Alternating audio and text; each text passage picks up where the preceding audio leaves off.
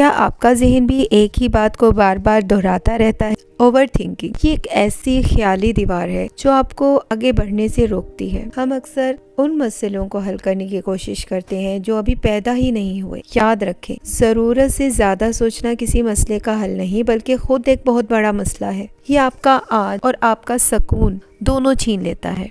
इस ज़हनी कैद से आज़ाद होने का तरीका क्या है? सबसे पहले इस बात को कबूल करें कि हर चीज़ आपके इख्तियार में नहीं है। जो गुजर गया वो बदल नहीं सकता और जो आने वाला है उसकी फ़िक्र में आज को ख़राब मत करें। जब भी ज़हन भटकने लगे तो एक गहरी सांस लें और प्रेजेंट में वापस आएं। अपने आप को किसी ऐसे काम में मशगूल करें जो आपको खुशी दे। अपने ज़हन को क्यों से हटाकर कैसे पर लाएं।